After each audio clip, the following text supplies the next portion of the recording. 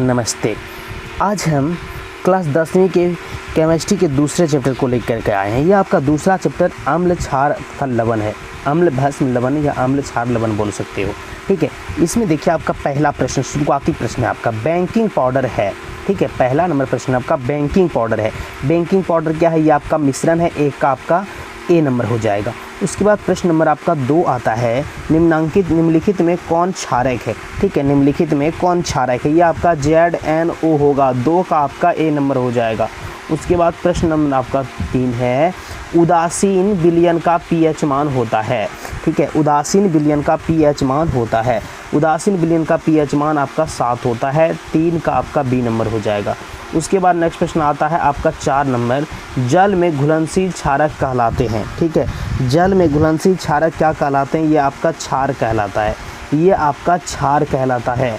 उसके बाद प्रश्न नंबर आपका 5 आता है, तनु HCl का pH मान होगा। तनु HCl का pH मान आपका 0 होगा, 0 हो जाएगा। 5 का आपका डी नंबर हो जाएगा।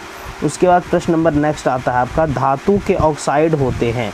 ठीक है, धातु के ऑक्साइड होते हैं। ये आपका क्षारक होता है। 6 का आपका बी नंबर होगा।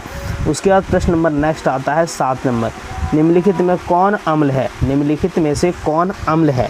ठीक है, तो ये हो जाएगा आपका HCl। 7 का आपका डी नंबर हो जाएगा HCl। उसके बाद प्रश्न नंबर आपका नेक्स्ट आता है 8 नंबर, सिल्वर क्लोराइड का रंग क्या है?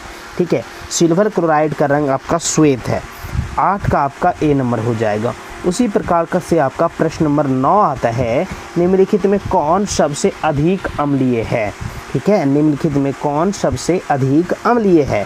तो ये हो जाएगा pH बराबर 1, यानी pH का मान 1।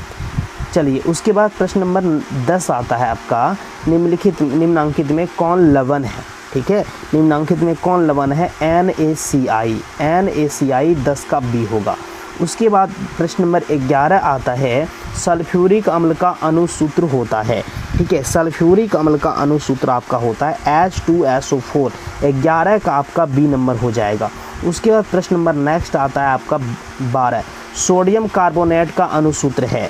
ठीक है, सोडियम कार्बोनेट का अणुसूत्र है Na2CO3। 12 का आपका ए नंबर हो जाएगा।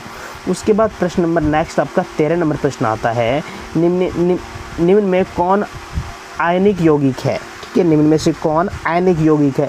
CaCl2। 13 का आपका सी नंबर हो जाएगा।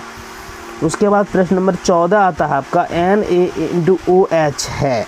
NaOH है, यह क्या है? यह क्षार है। 14 का आपका बी नंबर हो जाएगा, यह आपका क्षार है।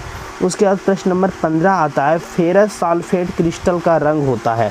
फेरस सल्फेट में क्रिस्टल का रंग होता है हरा। 15 का आपका बी नंबर हो जाएगा हरा। उसके बाद आपका प्रश्न नंबर 16 आता है, जल का pH मान कितना होता है? तो जल का pH मान आपका 7 होता है। उसके बाद प्रश्न नंबर आपका 17, निम्नांकित में कौन एक अम्ल है? ठीक है, निम्नांकित में कौन एक अम्ल है? HCl। सी नंबर हो जाएगा 17 का आपका। उसके बाद प्रश्न नंबर आपका नेक्स्ट है 18 नंबर प्रश्न। देखिए आपका क्या कहता है, 1 विलयन नीले लिटमस को लाल करता है। तो विलयन का pH निम्नांकित में से कौन होगा? ठीक है, तो विलयन का pH मान कौन होगा? तो ये हो जाएगा आपका 6, डी नंबर हो जाएगा। 18 का आपका डी नंबर हो जाएगा, 6 होगा। ठीक है, उसके बाद प्रश्न नंबर आपका नेक्स्ट आता है 19। देखिए क्या कहता है, एक्वा रेजिया मिश्रण में HCl एवं HNO3 का अनुपात होता है। ठीक है, तो इसका अनुपात होता है, क्या होता है? ये 1:3 होता है। 19 का आपका बी नंबर हो जाएगा। चलिए, आपका नेक्स्ट प्रश्न आता है 20 नंबर, निम्नांकित में से pH का कौन सा मान क्षारक विलयन का मान देता है? क्षारक विलयन का मान देता है। ये 20 का आपका डी नंबर होगा 13। उसके बाद प्रश्न नंबर नेक्स्ट आता है आपका 21 नंबर, कोई विलयन, ठीक है, कोई विलयन लाल लिटमस को नीला कर देता है, तो इसका pH मान संभवतः क्या होगा? जब नीला कर देता है तो इसका pH मान संभवतः क्या होगा? 10 हो जाएगा। 21 का डी नंबर होगा आपका। उसी प्रकार से आपका नेक्स्ट प्रश्न आता है 22 नंबर। ठीक है, सल्फ्यूरिक अम्ल का अणुसूत्र होता है। सल्फ्यूरिक अम्ल का अणुसूत्र होता है H2SO4। 22 का आपका बी नंबर हो जाएगा। उसके बाद प्रश्न नंबर आपका नेक्स्ट आता है 23 नंबर, नीला थोथा जिसको तूतिया बोलते हैं हम लोग, रासायनिक सूत्र है किसका रासायनिक सूत्र है? नीला तोता तूतिया। ये आपका CuSO4 × 5H2O, यानी 23 का आपका बी नंबर हो जाएगा। 23 का आपका बी नंबर हो जाएगा। उसी प्रकार से आपका नेक्स्ट प्रश्न है आपका 24 नंबर।